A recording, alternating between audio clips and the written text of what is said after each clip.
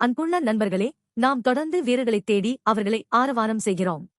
பிரகாசமான பிரபலங்கள், விளையாட்டு நட்சத்திரங்கள், அரசியல்வாதிகளுக்கு நாம் பெரும் உற்சாகம் காட்டுகிறோம். ஏன் இப்படி?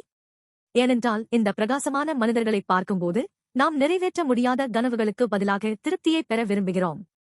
இயேசு எருசலேமுக்குள் நுழைந்தபோது பெரும் கூட்டம் தங்கள் கைகளில் பனை மரக்கிளைகளை ஆட்டியபடி ஆரவாரம் செய்தது. யோவான் 12.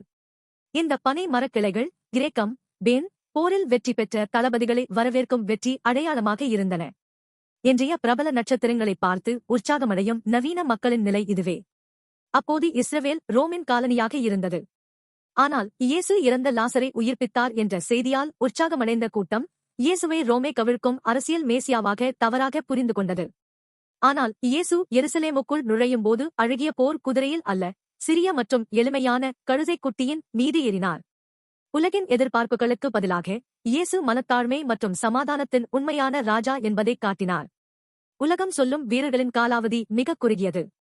நமது எதிர்பார்ப்புகளை நிறைவேற்றாவிட்டால் ஆரவாரம் விரைவில் கண்டனம் மற்றும் கோபமாக மாறிவிடும். உண்மையில் ஓசன்னா என்று இயேசுவை புகழ்ந்த அதே கூட்டம் சில நாட்களுக்குப் பிறகு இயேசு சக்தியற்று கைது செய்யப்பட்டபோது திடீரென மாறி சிலுவையில் அறையுங்கள் என்று கத்தியது. இதுவே குருட்டு கூட்டம் மனநிலை வலையாகும். ஆயினும் இயேசு இந்த கூட்டம் தம்மை துரோகம் செய்யும் என்பதை முழுமையாக அறிந்திருந்தும் எருசலேமுக்குள் நடந்தே சென்றார். ஏன்?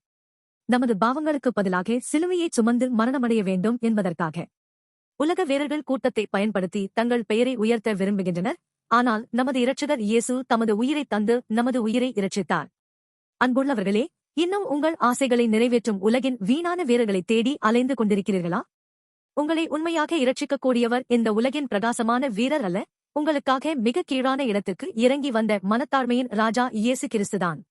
இந்த நேரத்தில் கூட்டம் மனநிலை வலையிலிருந்து விடுபட்டு உங்களுக்காக சிலுவையைச் சுமந்த இயேசுவை உங்கள் இரட்சகராகவும் உண்மையான ராஜாவாகவும் ஏற்றுக்கொள்ளும்படி உங்களை ஆசீர்வதிக்கிறேன். இயேசு கிறிஸ்துவுக்குள் மட்டுமே உலகம் கொடுக்க முடியாத உண்மையான சமாதானமும் நித்திய ஜீவனும் தொடங்குகின்றன.